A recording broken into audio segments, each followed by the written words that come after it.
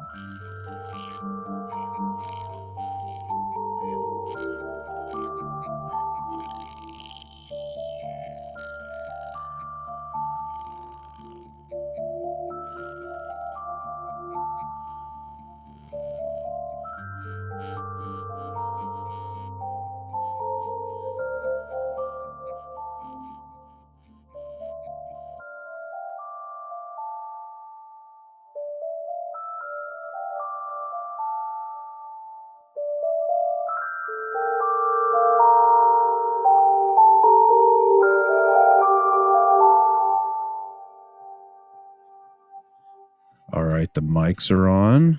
Look at that. Start the music back again.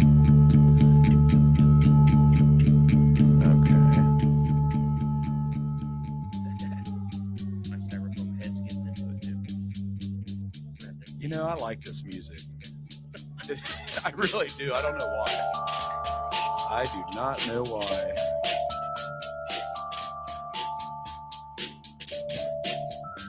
All right. Here we go. We are live. What's going on? I'm Gary Hardy. And I'm Andrew.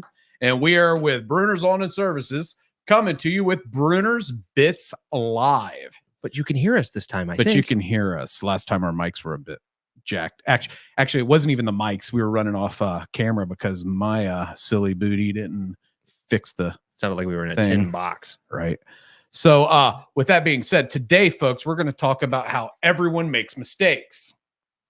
But it's how you handle them that sets you apart from the rest and also makes you memorable in the world. Is that right, Andy? Do you make mistakes? Yeah, regularly. I do not make mistakes. Hey, we have a visitor out there. Hi, friend. Hello, friend. Today know we're who you talking about owning up to your mistakes as a leader. But before we do that, we are going to jump into current events. Okie dokie. And today is a kind of crappy day, folks. Hurricane Milton has completely ravaged Florida. Yeah, well, I can't remember the stadium name, but it ripped the roof off of the stadium they're using for first responders. Yeah, and one of our team members, I haven't had a chance to talk to him. He's out there aerating. His family is down there. That's where he's from. He's from Orlando. I think he said they live in Sarasota. I could be wrong. I was gonna call him, but he's out aerating right now. He's doing the work. Yeah, he's doing the work. So, but before we continue on with more of this owning up to your mistakes stuff, let's get into a really cool current event. This one is there was a 1,000-year-old seed, right?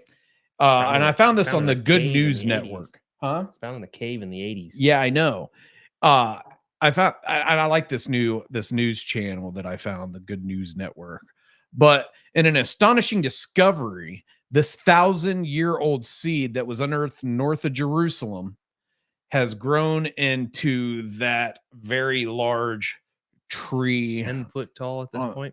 Yeah, nicknamed the Sheba tree, and it is of the Camophora genus. Do you know what kind of tree that is? Hey, friend, right now we're talking about a 1,000-year-old seed that was found in Jerusalem that is now a 10-foot tree. It was found in the 80s, but it is a myrrh tree.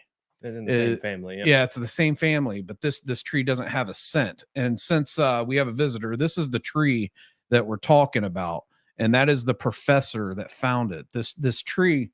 It was found in a cave in the 80s. Pretty cool. Our next current event is that was pretty cool.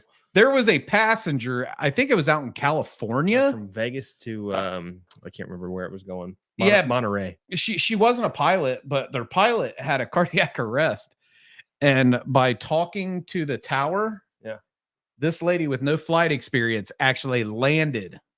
Do we have a pilot on the plane and a doctor or a pilot? Either one. But yeah, she was able to keep the speed up, all that good stuff. I would have wrecked it. I'm awful at video games. I would have totally wrecked. Drink, please. I would have landed, and then they would have given me a DUI for having to drink bourbon while I was flying. I think Tom Hanks made a movie about that. What movie was that? I don't know. He was a pilot. I don't remember. Was he? I think no. That was the movie where he was Sully. Yeah. Where he wasn't drunk. Sully landed the plane in the Hoover River.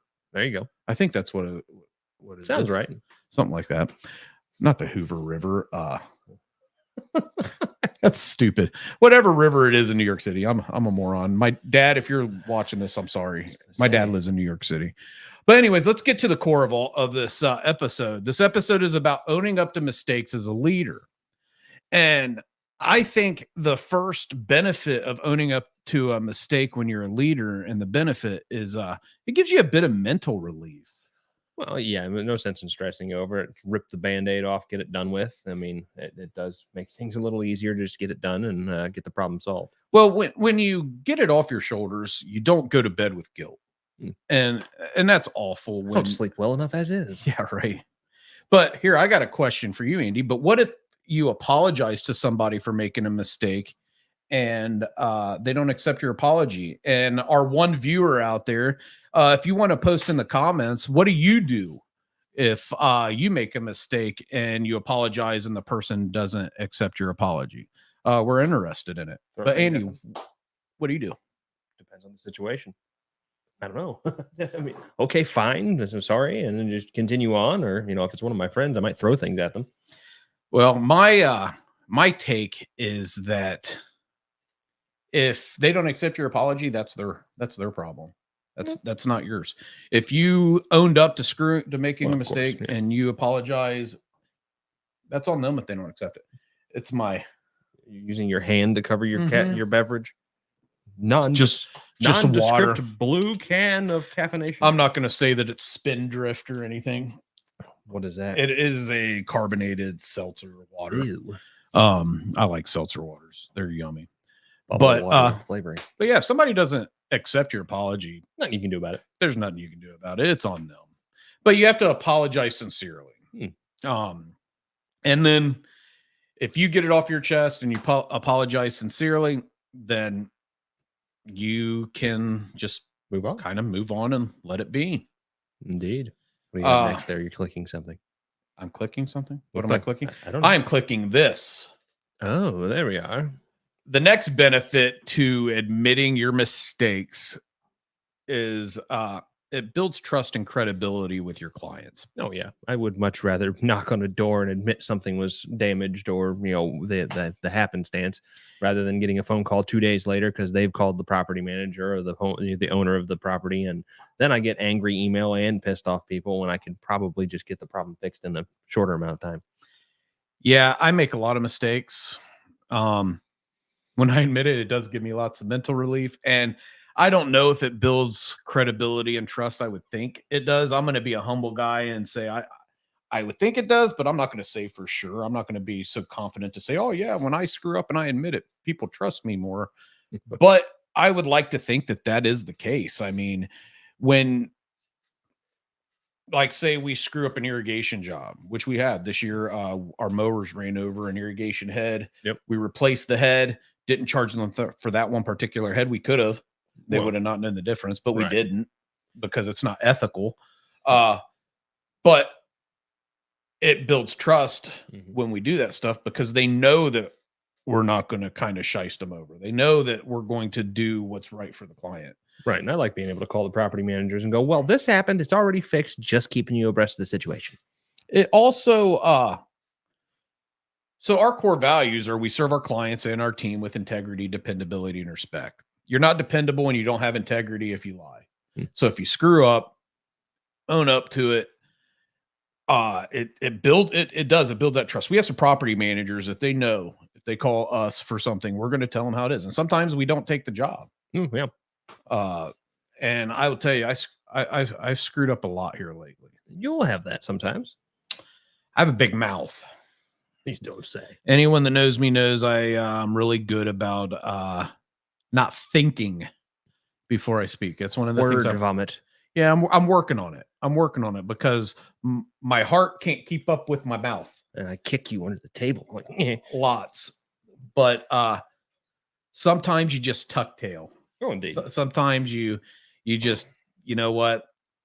I'm glad you trust me, but I screwed up. I'll accept the consequences of it. I'm sorry. It is what it is. What can I do to make the situation? I take don't hate me flowers. Yeah. Like, I'm sorry. Don't hate me. I've done that. I've cried before. I've cried in a client's freaking office. Yeah, I'm a big sissy.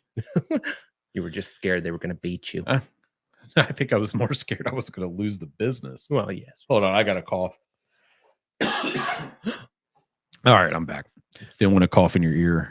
Our one viewer out there right now. Hopefully later on we have more viewers. Our last video actually had 48, 50 people that ended up watching it After the fact. Well, not everybody has time to set apart to watch something like this. So, but anyways, so yeah, a big key takeaway on the building trust is when you're open about your mistakes, it strengthens your professional relationships. And it's going to be good for teams to see that, you're owning up to it. Things are getting fixed faster. The sooner you tell somebody about it, the less trouble you're going to be in, and you're going to be more in trouble, if you will, if you knew you did something and you swept it under the rug. Hey, we have another viewer. Hey, friend. Hi, new friend.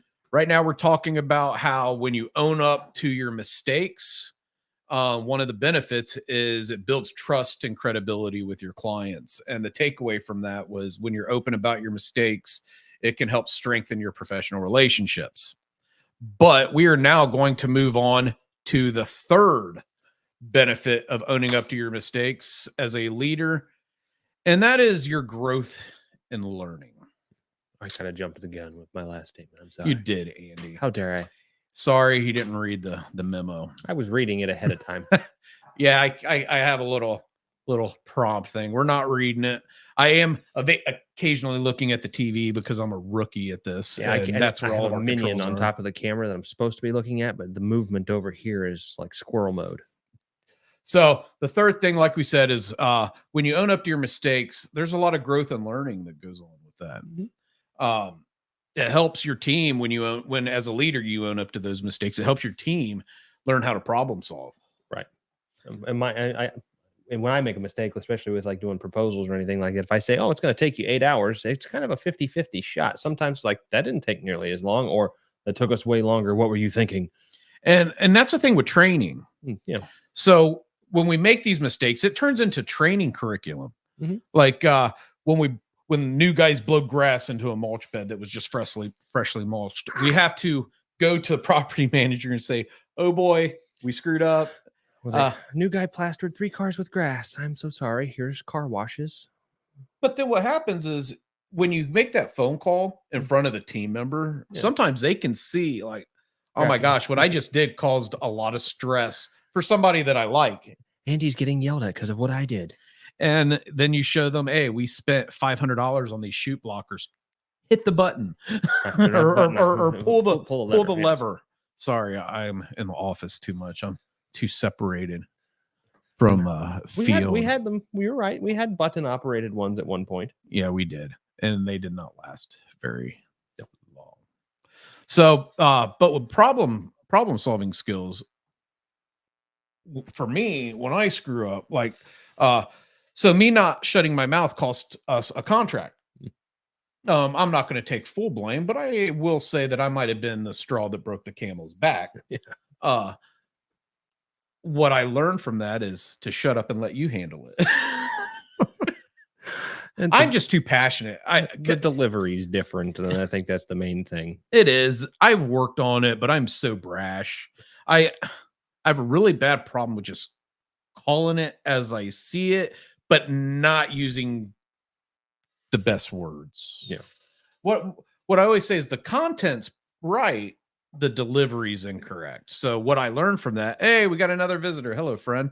We're talking about how when you own up to your mistakes as a leader, there is some growth and learning that comes from that. That is our last segment for this this episode. But you can go back and watch the other stuff. Whether it's interesting, I don't know. I'd like to think that my moronic approach to this is interesting. I mean, yeah, my dude here, just for my entertainment purposes. Just a dude, man. That's all we are. We're just dudes. I'm sorry. So with that, if you would like a dude to do your lawn and landscaping, if you're a HOA or a business or whatnot, call Bruner's Lawn and Services. You can give us a ring at 937-681-4859, or you can visit our website at www.brunersltd.com. Let's see if I could figure this out. All right, there we go. Found the right button. I did it. All right, so our final thought. So when you're an owner or a manager or you're running teams and you own up to your mistakes, and let's face it, you're gonna make mistakes. People won't remember that mistake though if you own up to it and you handle it right.